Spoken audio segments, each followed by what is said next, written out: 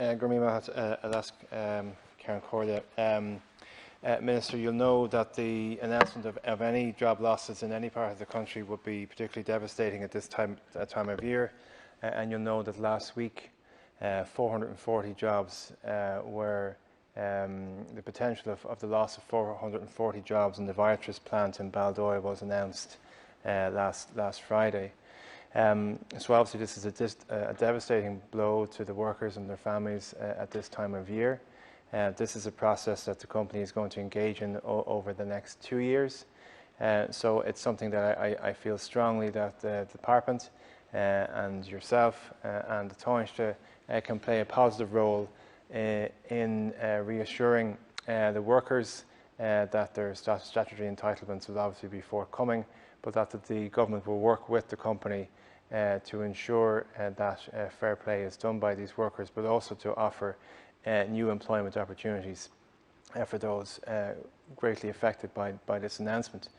An announcement like this is no different to any other job loss announcement anywhere else in the country, and should be treated by the government and by the department in the exact same manner. 440 jobs is 440 people, it's 440 families. And I'm sure you'll agree with me that the timing of this announcement could really have happened, it could not have happened at a worse time coming in to the Christmas period. So Minister, I've written to the Taoiseach to seek a meeting with him. I've also written to the company themselves. I think there's an opportunity for us to step into this space and to provide solutions, to provide leadership and to provide comfort for those affected. I'm unsure as to whether there is a representative body for the workers. I'm not sure if there is trade union representation of those workers. I'm yet to find that out. If there is, obviously we want to engage with that trade union. If there isn't, well then obviously it's much more important for political representatives to do what they absolutely can for the workers affected. So Minister, I know you'll agree with pretty much everything that I'm saying, but what I want to ensure is that we can start a process to help these workers through this period over the next 2 years, so that the potential for that site can be maximised, so that the area doesn't lose out from this announcement in the long term, and that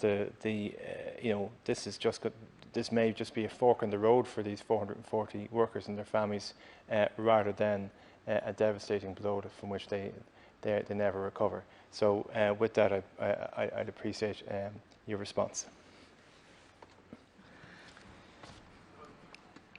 Last Concordia deputies, I'd like to begin by stating this is really devastating news for those working in Viatris and their families.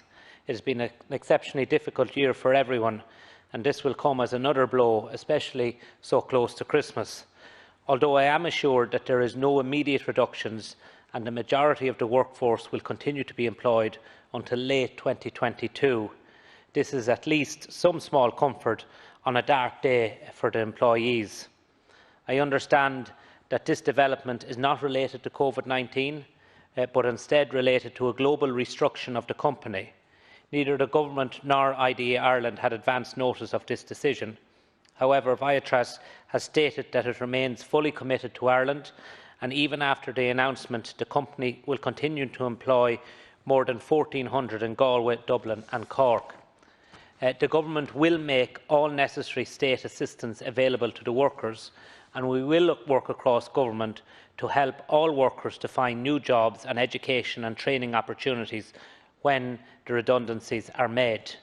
I understand that the company will be offering their staff enhanced redundancy and have committed to working with the IDA to find an alternative for the site.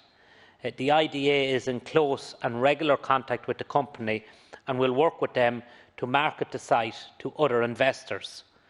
I am very aware of how challenging a time it is for workers and how worried many people are about their future and the uncertainties that exist.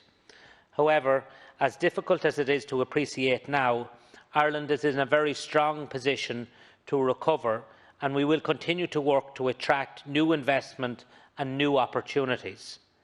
It is obviously difficult to speak about positives at a time when workers have just discovered that they are to lose their jobs.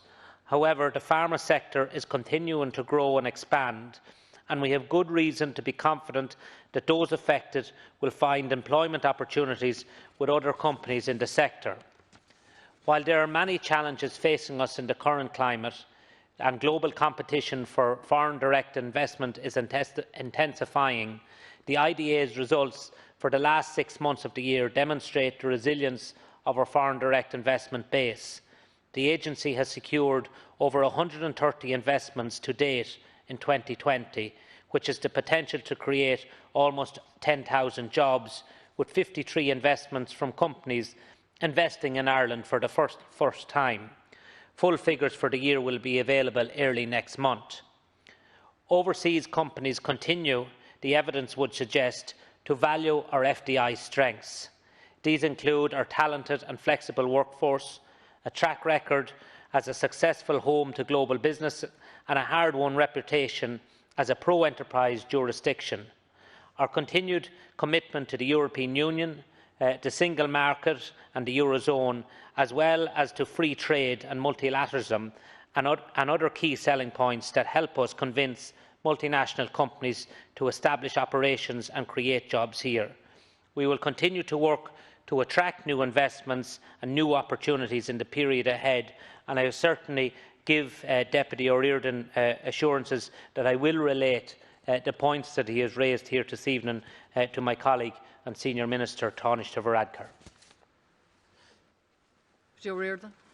Yeah, I'll ask and I'd appreciate a copy of the response if that was possible. Minister, I appreciate your reply. I find it, I don't in any way think that this situation is a reflection on your department or on government at all. I think it's particularly bad form for the company not to have communicated this decision to the IDA or to your department before making it, and of course the timing is bad form as well. So on that basis, we've gotten onto a very poor start in terms of our relationship with this entity. But I would appeal to you again, Minister, that this is something I think we can work together on.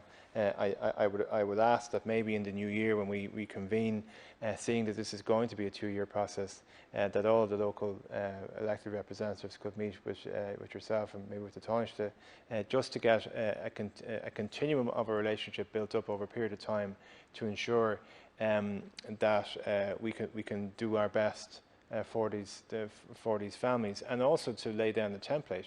Because if this happens again, we want to be sure that we have a template in place to refer to. You've mentioned retraining, you've mentioned education, and I appreciate that, Minister. So I'd hope you'd take that call in good faith, that we could work together, that perhaps in the new year we could set up a meeting for all the local deputies and with your department officials, officials from the Department of Social Protection as well, who'll be heavily engaged in this to ensure that everything has been done, that any communications that we're getting from the workers or their families can be relayed to your department as well, anything that may have been missed, and also to ensure that over the coming 2 years that this, as I say, is in the fullness of time seen to be a fork in the road and not a full stop for any family. So I do appreciate your engagement, Minister, but I hope that this engagement can continue. Thank you, Deputy Minister.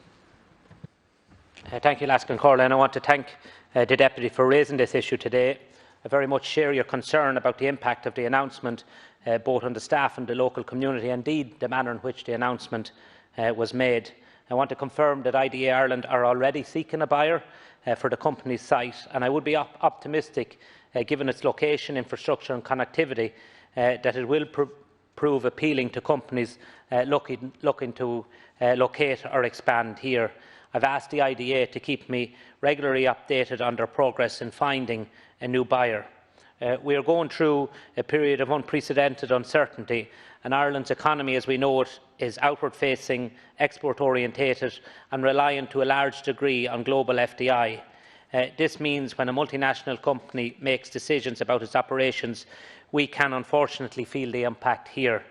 The IDA has had another year of strong growth in 2019, with record levels of employment and investment.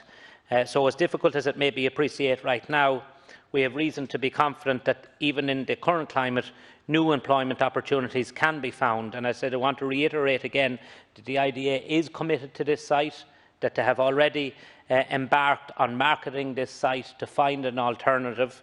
And I'm very happy to talk to the Taoiseach about coming together, both him and I, and indeed all the local members of our representatives from that particular constituency to look at how we can work together in the new year to support seeking alternatives for the employees. And I do say again, our thoughts are very much with them. It's an awful thing to hear at any time, but particularly in the weeks leading up to Christmas. And with the forbearance of the Alaska and Corla, I hope you won't get too annoyed, but I think this is it's my favourite time of the year, the festive period, and I just would like to wish my colleagues, both in government and opposition, very happy Christmas, and all the staff. And I do hope people do get an opportunity to spend some quality time with their loved ones over the coming days. Thank you.